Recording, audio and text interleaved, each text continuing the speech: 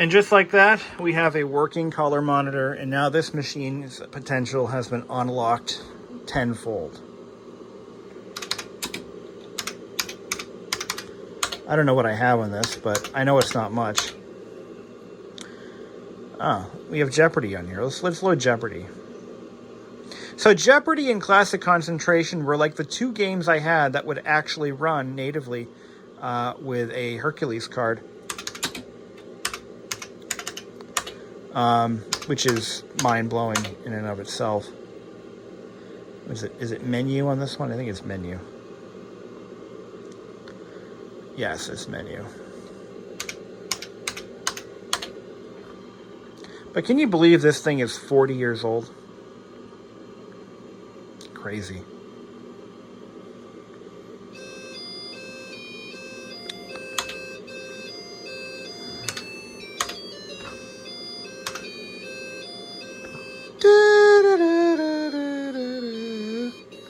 I'm not a returning champion.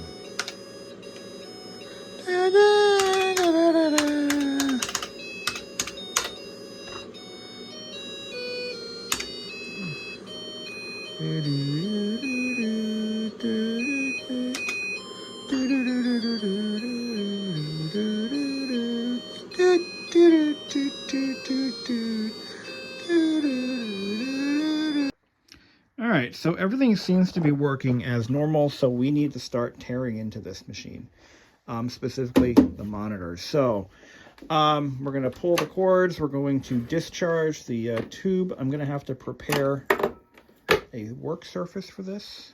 Let's go do that now. You didn't see this. You're not seeing this right now. This doesn't exist. Pay no mind. So I found this on Facebook Marketplace. I don't know if I talked about it much in the earlier part of the video, but the seller was somebody who I've interacted with before. Oh, I broke that one. That's too bad. That's okay. I've interacted with this gentleman before, and he is not a collector. He is a flipper. That one broke too. That's okay. Not worried about it. We can get stuck back down later on in the process. He's a flipper. You know, just like they have house flippers. People who scour the market for distressed sales, you know, houses that are in need of repair, extensive work, etc. Well, there are folks who are in the vintage computer component and system flipper market. And you might have your thoughts about these kinds of people. Now, the gentleman that I bought this from, I've actually sold stuff to him. He's actually provided me with a service. I had a bunch of machines that I really didn't need anymore. They were taking up space in my home. And I was in the process of kind of downsizing and narrowing down my collection to be a little more specific to machines that I had growing up. I've gone a little bit outside of that category at this point, but I'm working my way back. And the IBM PC is one of those. I actually owned one of these, you know, probably 26 years ago. Back before they were cool. Anyway, so in my interactions with this guy, I mean, yeah, he paid me it was less than I was asking, but he made it clear that he's not a collector and he's just in it to make money. And you know, in that statement alone is kind of controversial, because I know many collectors that I consider, you know, friends who disagree with that mindset. And I respect that. I understand why. Because people who are flippers, who are doing this to make money, you know, in theory, they're taking machines out of the market that would have otherwise been affordable, you know, to somebody who's younger or just starting out. I was in that position at one time in my life when I was in my teens, my early 20s. There were machines that I just couldn't afford to buy back in those days because people were asking way too much for them.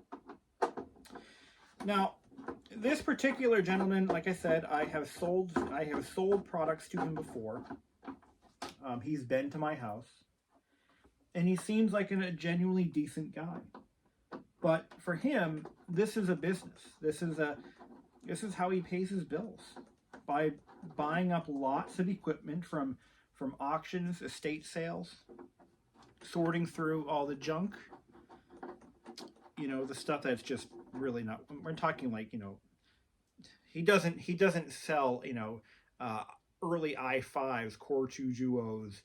I don't think he even sells Pentium 4s, because the collector's market for Pentium 4s hasn't really matured yet, or is in the process. So what I'm saying is he's doing this to make money, to pay bills, to survive, like all of us are.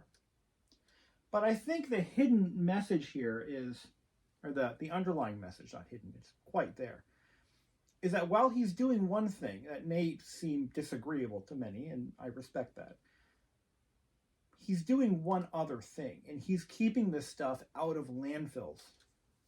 A lot of and I asked him, I said, where do you get your stuff?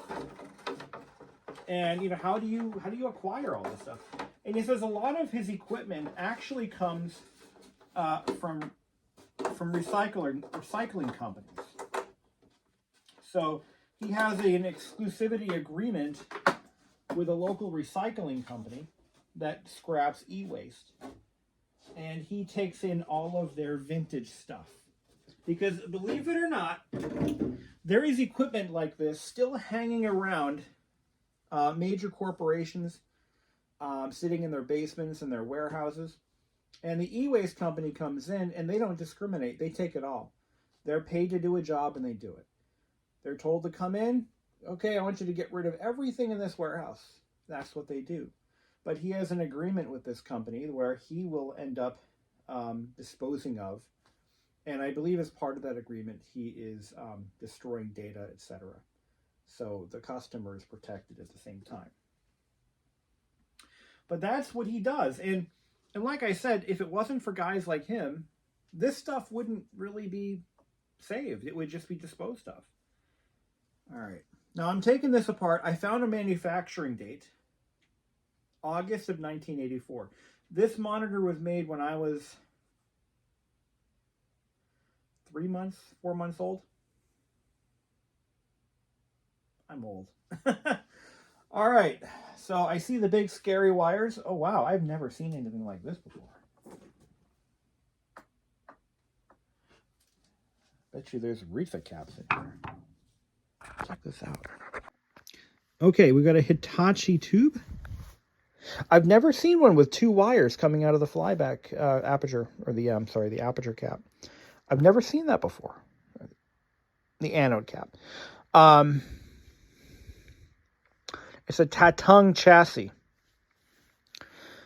And we've got some really nice old neon colored caps. I've seen those in my in some of the early radios that I've worked on. What's shocking to me, though, is just how well this unit works. I mean, it works perfectly fine. The tube is nice and aligned. I don't see any issues with alignment or convergence.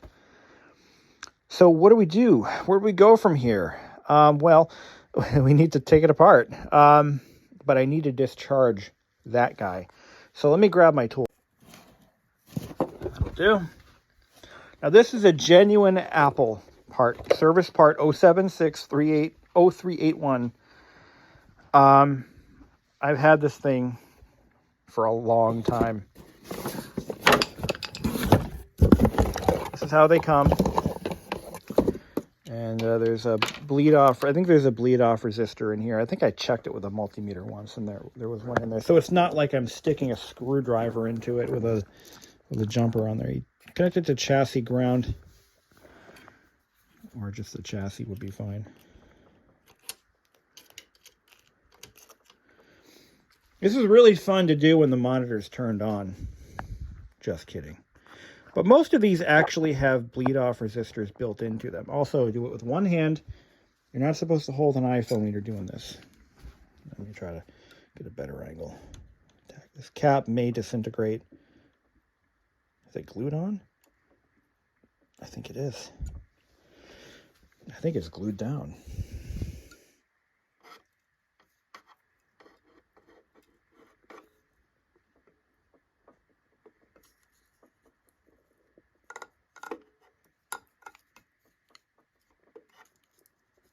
I hear it hitting some prongs. Okay. All right. Let's see. 25,000 volts. That'll put you on your ass. So to take this apart, it looks like I don't have to take all of this chassis work apart. If I undo the implosion band screws, which hold the mounting ears, the implosion band stays on. Don't worry. Don't think I'm going to take that off. And just undo these bracket screws. I should be able to just slide the entire chassis out of here. So yeah, it's all mounted in a way that makes this doable. So, but I don't want to work on something that is potentially charged. So, and then once we get this all back together again, we'll make any adjustments that we need to. Like, I think I might increase the focus, just tweak the focus a bit. I'm not going to do caps. This thing is running fine. I don't see any reason why I would need to do those. The thing about capacitors in the radios that I work on, oh, there's our center adjuster. In the radios that I work on, capacitors get replaced no matter what. And the reason is I'm seeing a lot of failures on caps made in the late 80s into the mid 90s. I'm talking guaranteed to fail. Like, they're just crap. I worked on a radio that was built in 84, and it had these old Japanese-made capacitors in it, and they were almost all universally good. With one except, there was like one bad one, so I just changed them all. You know, the customer's paying for it, so give them what they're paying for, what they're expecting. Yeah, so I don't think I think I heard it hit the. Okay. Now what you're supposed to do is disconnect the cap and the what the hell's it called? The cable, just cable. And you're supposed to connect it to chassis ground with this right here. Now this has a fuse in it. So I think this is designed to blow the fuse if you do the job incorrectly. Yeah, there's a fuse in here, and it is... No, it looked like it was blown. I'm like, no, it's good. That's scary. So that's what that's for. All right, let's get cracking. All right, put some towels down to protect everything from getting scratched. There's only a few screws on the exterior that we need to pull. So the steps that we're going to take here is we're going to wash all of the plastics in a soapy water solution to remove any oils. I'm going to need a container for screws.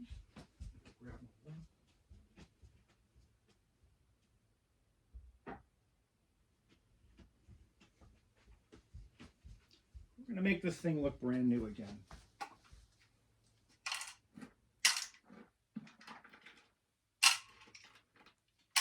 So, yeah, you shouldn't necessarily see, fireworks when you're doing, when you're grounding out your flyback. And the reason is a lot of these chassis, especially the modern ones, they're going to have built-in bleed-off resistors so that doesn't happen. But it's a safety precaution that you should not ignore. When unscrewing these mounting tabs, you want to be careful because you want to do it. You want to break them free slowly. Okay, I've actually had instances where, especially in old Apple products, where you unscrew the CRT and the mounting tower that's molded into the plastic just shatters. You don't want that. These are structural screws. Speaking of, I heard there's a Kickstarter for having a brand new, I call them cowlings, but the correct word is the inner bezel for the iMac G3. Well, there's somebody who wants to remanufacture these because it is the only reason why the iMac G3 slot loaders are becoming uncollectible. Like, it's a major structural component, and due to some plastic formula decisions that Apple had made many years ago, they are impossible to find in unbroken condition. So somebody has taken the lead on this and wants to build up enough of an interest to where a low run or a production run of these replacement inner cowlings can be produced. I don't know if they're doing a 3D printed method or what, because I know the tooling for that part would be extremely expensive. So I'm not even sure there's enough interest on Kickstarter to justify the production run, but it's still very interesting, no less. So this chassis was designed to be removed as one piece. I'm all for that. Makes my life easier. I've never had a, I mean, this thing is a unit. This thing is built. I mean, you saw what it looks like inside. It is incredible. They just don't build stuff like this anymore, let alone consumer products. I mean, this thing is manufactured to withstand a nuclear blast. It's crazy. I mean, it just is so well made. But IBM,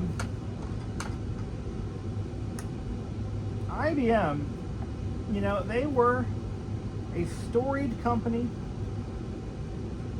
They were in the office machine business for almost a century, I think, before they developed their first computer. I mean, they're the OGs. Okay, I can't get to this one.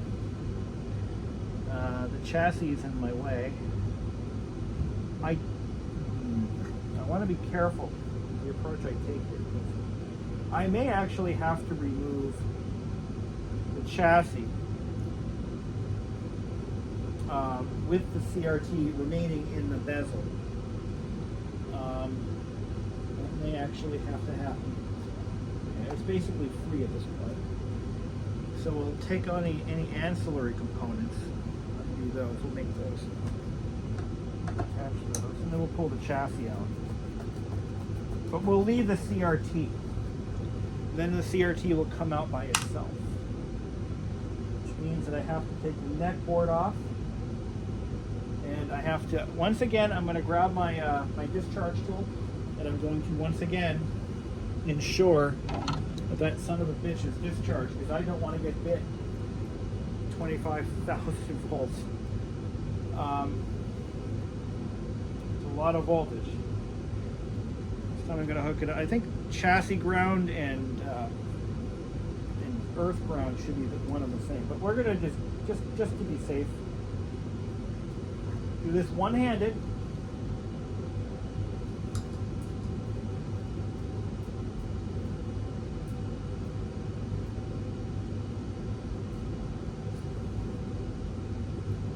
Leave that sit there for a bit. I know it's touching the metal. I can hear it.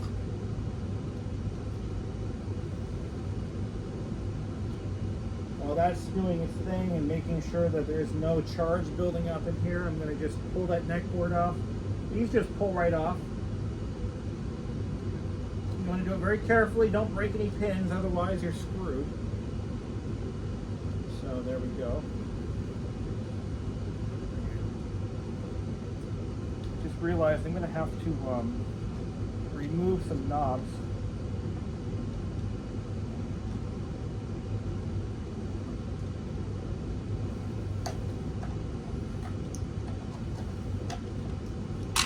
So that this board can come out.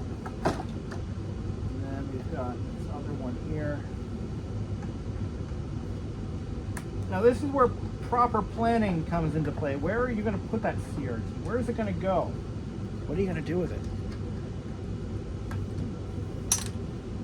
So let's figure that out. It's got to go someplace safe where it can't get knocked over for a little while. I have a nice big cardboard box here. Geez, final destination here.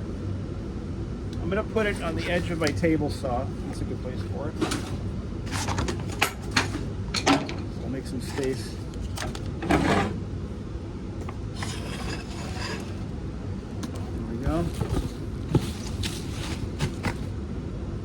So getting back to, you know, the gentleman I bought this from, he's doing this to make money. I have no problem with that, because he provides a service.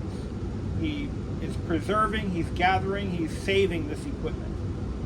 And because he's doing that, we have the ability to acquire these classic pieces of equipment and technology that I've been looking for this monitor for a while, and he didn't charge me, you know, he could have charged me $500 and I wouldn't have paid it, but, and that's the other half of the equation. What is something like this worth? Ultimately, it's worth what somebody's willing to pay.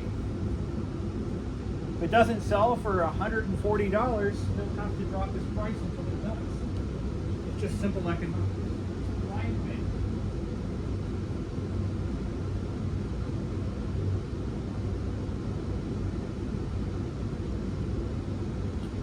I have a tool that I use. Got a little, see if I can swing this around. So we've got to disconnect this cap. I'm going to flip this up.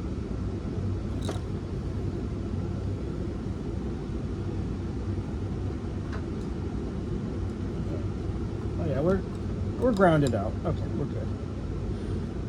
Okay, take this off. Looks like the bleed off resistor actually works in this thing, so that's good. Gently pick this up. I'm going to grab it.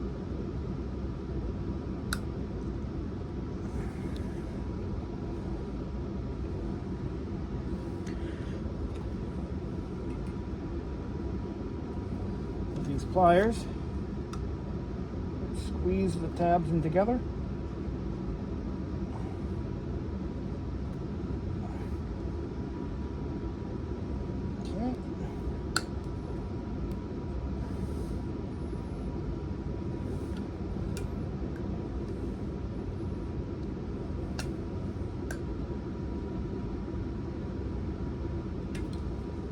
You'll find that anyone who works on CRTs is going to take extra precaution while doing this kind of work. And don't touch this cable unnecessarily, because this is the kind of voltage that can kill a person under the right circumstances. It can kill you. I mean, 120 volts can kill you, but 25,000, if the voltage doesn't hurt you, it's what your body does that hurts you. People have broken arms doing this. That's a lot of power going through your body. And muscles are electrical. They run on electricity. And what could happen is I could touch this and bam, slam my arm into this table saw that's right next to me, smashing my arm. But what really kills you is when this power goes through your heart, which is why in every safety course that I've taken when working on CRTs through Apple, they emphasize never touch the components with both hands. Don't touch anything with, like, put the other hand behind your back is what they tell you to do. This way you're not touching anything. The voltage is going to go from your hand to your feet rather than across your chest through your heart. If I recall, that is how that works. Okay, so enough of that. But it's something to be very conscious of. Make sure everything is loose. Oh, there's one thing we didn't undo, and that was I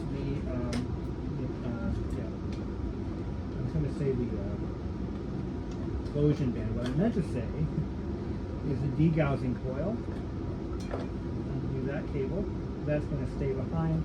And then there's a ground cable that is going to come with us. No, only partially. So we'll just undo that ground cable from over here.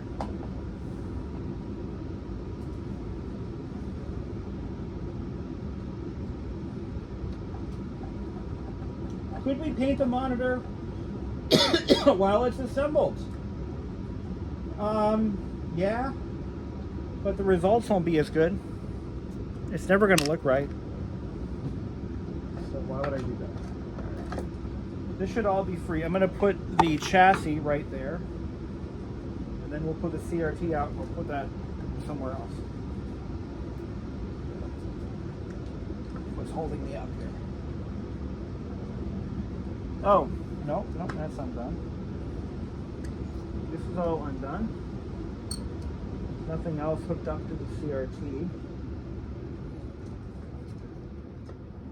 There we go. Oh, no, there is.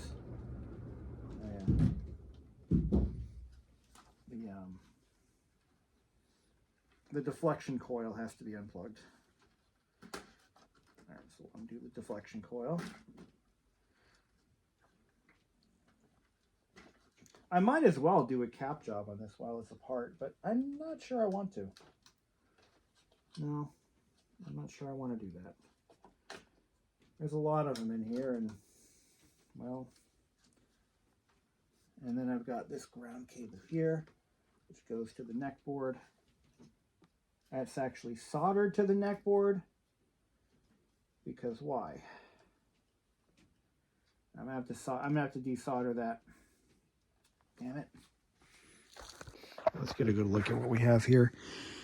So this has to be desoldered. Don't touch these. Don't touch those. You don't want to do that.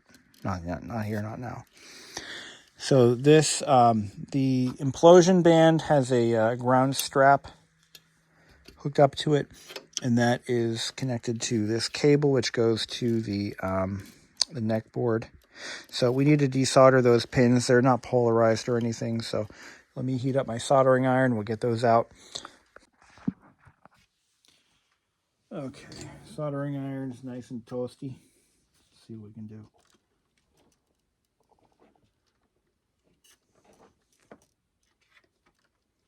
It's kind of awkward to get to this because of its location.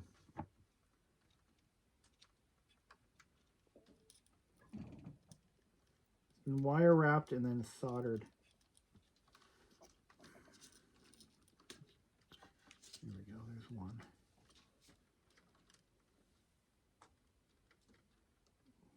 Burn myself, as one does. So why are we doing all this? Well, because we're restoring the finish. And to do it nicely, you've got to have that whole thing torn down. As hard as it's going to be, as much work as it's going to be, you know, it's all going to come apart. And look at that. All one piece. Now we can get to the screw. And get the rest of this dismantled. So I've got a box prepared for it. Over to you. Carry it with 2 hands and drop it in the box. Just like that. Okay. Now, what are we left with? So we have, oh, these are cool. You put a momentary contact switch on this. You apply 120 volts to it, and you've got a degaussing coil for your TV. They're fun like that. And you've got all of this grounding wire stuff, which has to be put back where it belongs. This is for, I believe this is mainly to protect against, now correct me if I'm wrong, but any errant high voltage discharge that may happen will go straight to this and go to ground.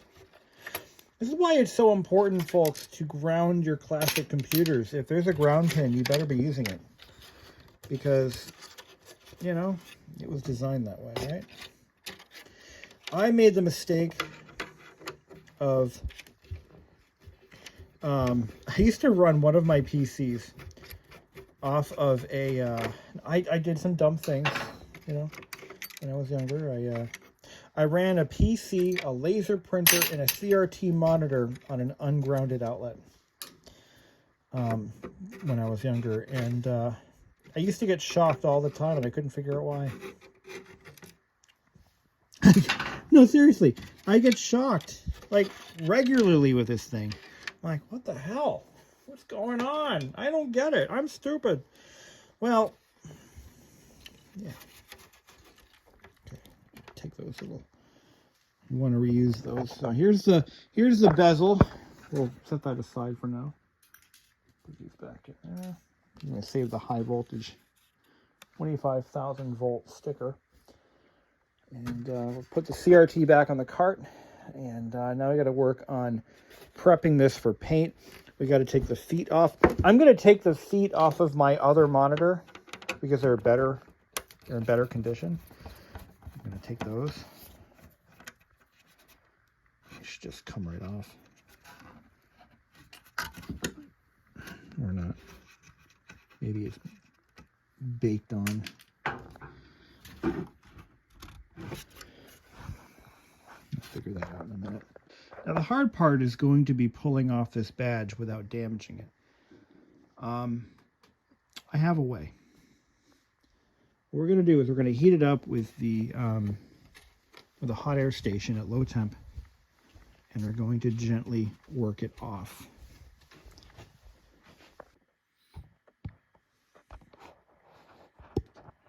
Okay. All right, here we go.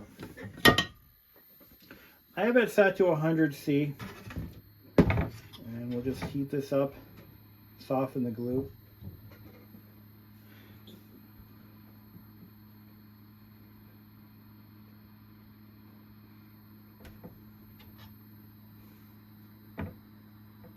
Nice and toasty. 100°C is not that hot.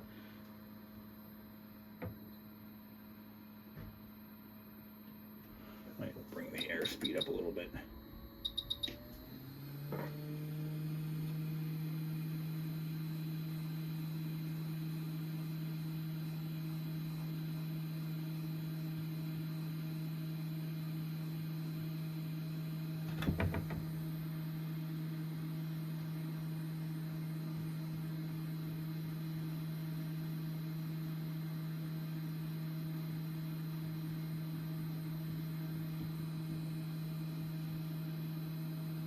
Should be enough. All right. Let's see if we can get it to move without gouging the plastic.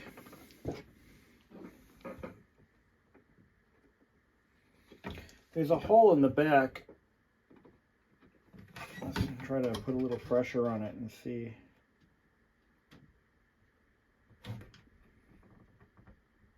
Oh yeah, it's moving. Okay. So what I'm going to do is I'm going to put some pressure on that.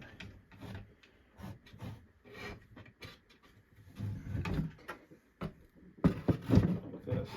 I'll prop it up like that. And we'll heat it up.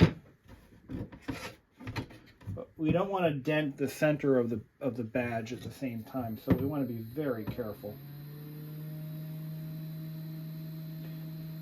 This is something that could be masked off, but I don't want to do it that way. There we go. No damage. Just a little bit of what looks like almost like a celastic is what they use to hold that on. There we go. Just like that.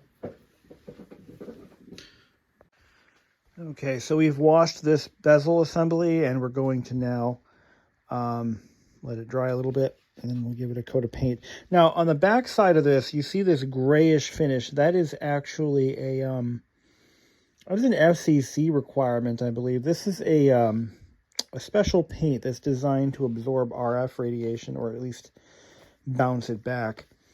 Some of this stuff is actually conductive.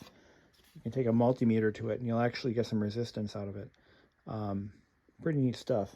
But that's designed to keep some of that radiation or the RF emissions contained within the chassis. And it works. It really does work. They've been doing it for years and continue to use these kinds of finishes to this very day. So for the rear cover, we're going to take the badge off, but we're going to tape over this. I can't remove this label in one piece, so I'm going to tape over it, and that's just going to have to be how it goes. I'm not going to paint the bottom. We're not even going to look at the bottom of this. We're going to ignore it. We're going to take these off.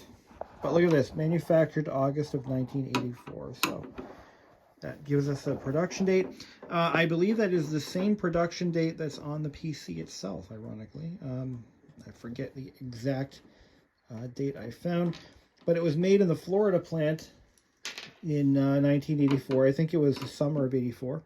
So these two components may have one time been married.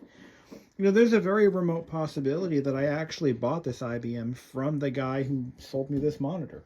I didn't directly ask him if he had sold an IBM PC at that event, but he had a couple of them in his shop, so it's entirely possible. We'll take these off. We're going to have to reuse these. They're a different size than what's on my other monitor, so I'll put these aside. And yes, I know where everything goes, so when I put this all back together again, I'm not worried. I'll figure it out. So, all right, let's get to masking, and we'll see you on the flip side. Okay, let's see how far off we are. It's not going to be perfect, but here we go. You know, that's not bad. I'll take that. I found some drips in the bottom. I thought I dried it thoroughly, but I did not. Oh, there's some water there too.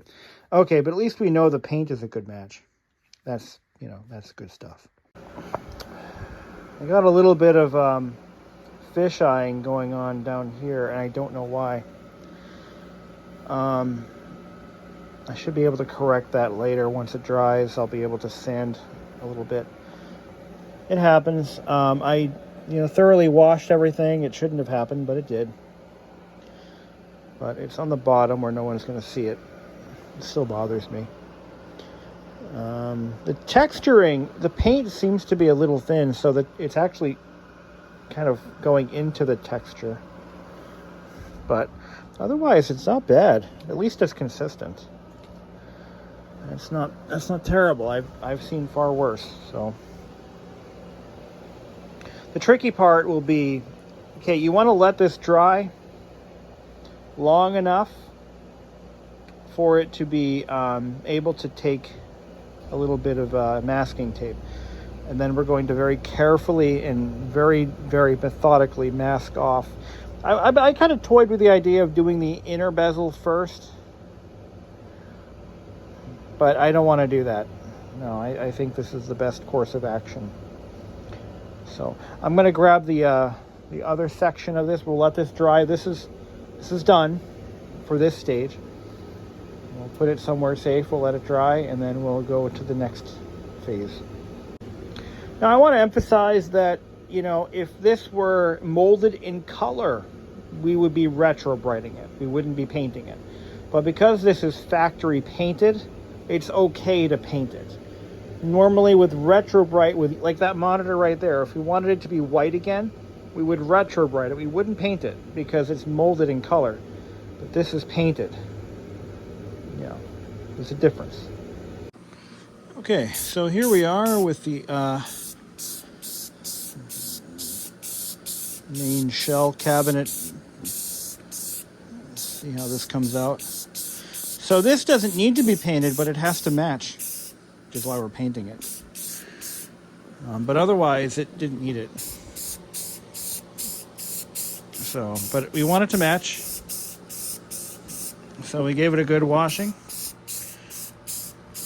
Now these don't have tabs in them anymore. These screw covers, they broke because they're 40 years old. So to fix that, we're going to put some, I'll just throw a little bit of,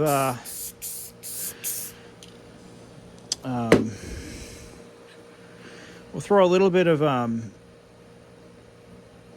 liquid nails or something in there to hold them in place. It's not a big deal. It's not really a hack or it's just, that's what you got to do. You can't replace them. Can't fix them. Just gonna work with what you got.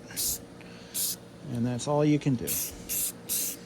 You want to shoot those vents from a couple of different angles so they get nice and covered.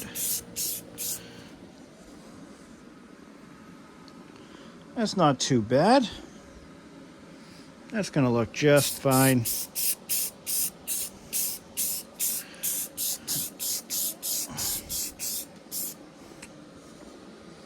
Again, we're not doing the bottom because we don't want to paint over those stickers that we can't cover, because if we do put, tape on them, they will peel off or get ruined. This is going to look beautiful. If I can get the bezel, the inner part of the bezel correct, if I can do it flawlessly, this is going to be a nice monitor. So, as far as paint durability, this is going to be just fine. This is good stuff. I've used this Rust-Oleum product on a lot of things. And when it's allowed to cure properly, it sets up very strong. And because we're going over paint, it'll be good. It'll be just, look at that. It looks brand new. Okay, this is looking great. So, we're done with the main beige. Now, this is, just so you know, this is the original color right here. And this is pretty damn close. Almost exact, because I didn't paint this. All right, this is the original color. This is what it is now. Let's try to get it in some better lighting here. Is it perfect? No. Is it close? Yeah. So what did I use? This is Rust-Oleum semi-gloss ivory bisque. For the inner part of the bezel, we're going to be using the color that I found is not that close, but sometimes you have to fudge it a little bit. This is as close as I could get. This is driftwood satin, and this is important. You want to make sure that you don't ignore the sheen type, because the original paint was somewhat of a low to semi-gloss paint. It had a little bit of a shine to it, and the inner bezel, for obvious reasons, should not have any sheen at all, because it's designed to absorb the light that hits it, so it doesn't reflect back at you, even though the display itself is high gloss, whatever. But it's designed to absorb light, so you want a nice satin or something close to that, so it doesn't. It should have the difference. It should have a slight difference in sheen. I didn't bother to remove this badge because I realize now that it would be easier to just do my thing and mask it off. So, all right, we're going to let this all cure for a little bit. I'm going to have to wait maybe a couple of days, perhaps, because we're going to have to, see. It doesn't really show up on camera, but in person you can see a difference in sheen or shade. But manufactured August of '84. Anyway. Yeah, that's going to be just fine. I might shoot it one more time. Grab the right can. I see a few spots where we could kind of do some. But you don't want to shoot it too heavy too fast, because that recoat time does matter. You take that very seriously. You can't recoat it too soon or too late. Well, too late, yeah, but not too soon, because it will react and it will start to bubble up. So you got to be careful. I've ruined enough paint jobs to know what not to do. But I think I gave it like maybe 10 minutes, and it should be all right. We'll get down into those vents. There we go. Yeah, this will be nice. Cool. We're done. All right, I'll let it cure and see how long. It's going to look nice. I said that enough times. I'm just really happy. I'm allowed to be happy once in a while, right?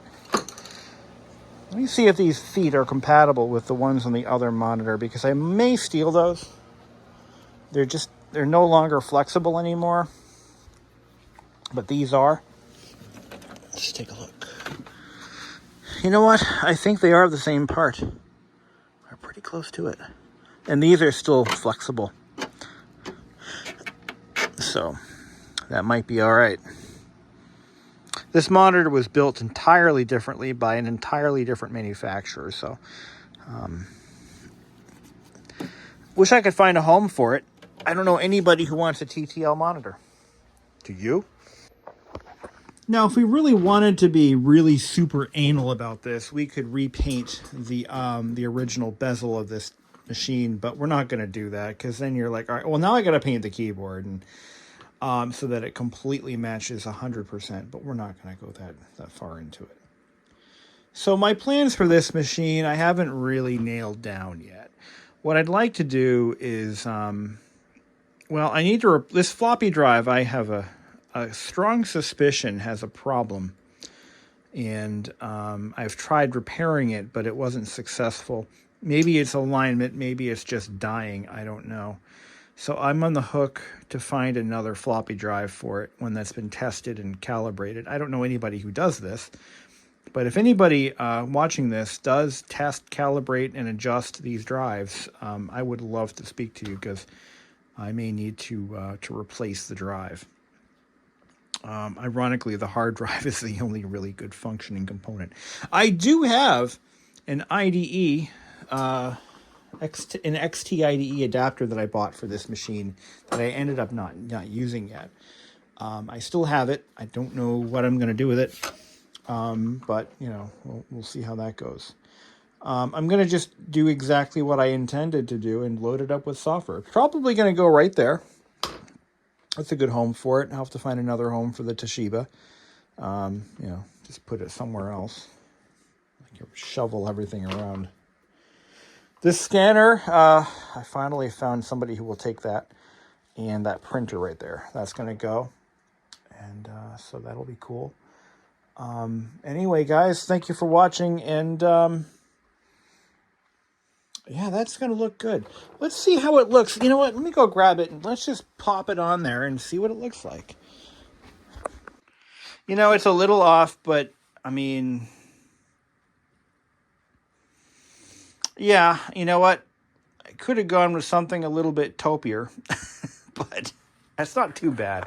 It's not that, I mean, it's not the same color, but then again, it never really was. If I'm not mistaken, the monitor was actually a little bit lighter than this anyway. Now it looks like a ghost. It'll be fine. It'll be fine. Nobody's going to care. Okay, we're in the grand finale stage. I've got all of this masked off. And what we're going to do is we're going to attempt to paint the inner portion of the bezel.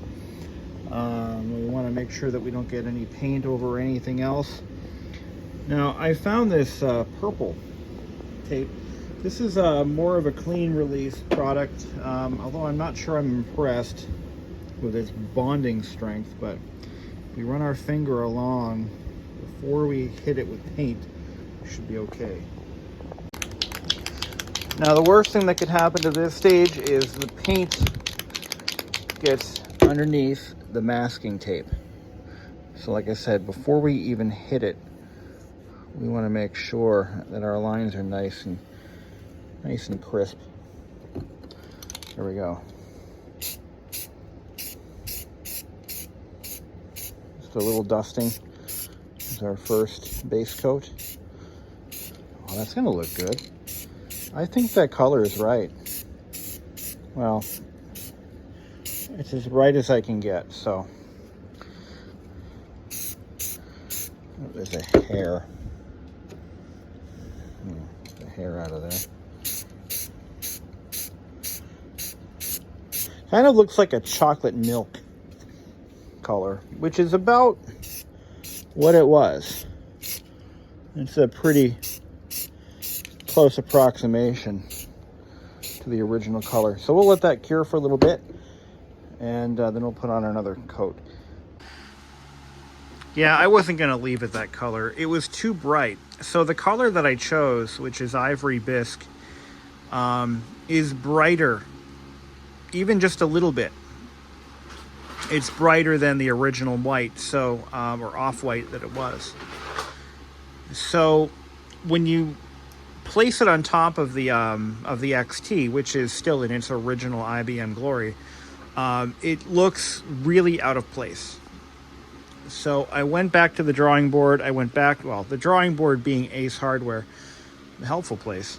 And they actually let me return one of the paints that I didn't use, so I didn't cost me anything. I went with almond gloss. And it looks like this finish is going to closely match not the original color of the monitor. See, you got to realize the original color was brighter than the PC itself. For whatever reason, could have been a lot change or when it was produced. Remember, the monitors are built in Taiwan, the PCs are built in Florida, so the color matching wasn't great anyway. Tack on 40 years and you got what we had. So, interestingly, the almond color better matches the IBM faceplate and keyboard. So I had to remask this off. So I did a little experimenting. When I had initially done the bezel, I had masked off. I did the whole exterior first, and then I went back and I masked off the interior or the exterior, okay, and then I painted the interior. And that process was not too bad, but I wanted to see if it would be any easier to do the inside first and then mask it off with tape and then do the exterior. From what I'm finding, it was better to do it the first way to begin with, because it's easier to work the tape around the outside of this edge than it is to work it into this tiny lip on the inside edge. So that answers that question. I didn't want gloss paint, I wanted semi-gloss. But as I'm watching it dry, it's actually coming up to be just about the sheen that I wanted in the first place. So no complaints there. Once this dries, I'm going to probably give this some time because there's now 2 layers of paint. I want to let it cure fully before I start working with it and doing the reassembly. So by that time, I haven't really decided whether I'm going to do a cap kit or not. So Console 5 actually sells cap kits for commonly repaired common issues. And here is a cap. It's got my address on it. So here's a cap kit for a compact portable, and it is. I did not use this. Let me just. I want to just show you guys something. It's why it's better not to use cap kits, because they're trying to make money. They don't necessarily use the best parts. So if I recall, this actually has a bunch of cap zone capacitors, which are pretty well derided in the industry. They're not the best of quality. Oh no, actually, I don't think that's the case here. I could have sworn I saw a Capzon cap in here somewhere. But no, these seem to be pretty good stuff. All right, okay, never mind. I retract my statement. I don't know what brand these are. M with a circle around it. I'm not familiar with that brand. But anyway, well, what I'm trying to get at is if you prefer a particular brand over another, like if you're a Nichicon nut, then maybe look up the values on your own and buy your own caps rather than buy the kits. Now, that company does offer a cap kit for this monitor, but they don't have any currently in stock. So, and it's not a full cap kit. It's actually just a couple of key capacitors that I would normally replace anyway, just to get them all done. So I hope this has been somewhat helpful for you guys. If you're trying to restore an 5183 or whatever the hell it is, 5185? No. I can never remember that model number. Anyway, if this is something that you're trying to do, yes, you can paint them.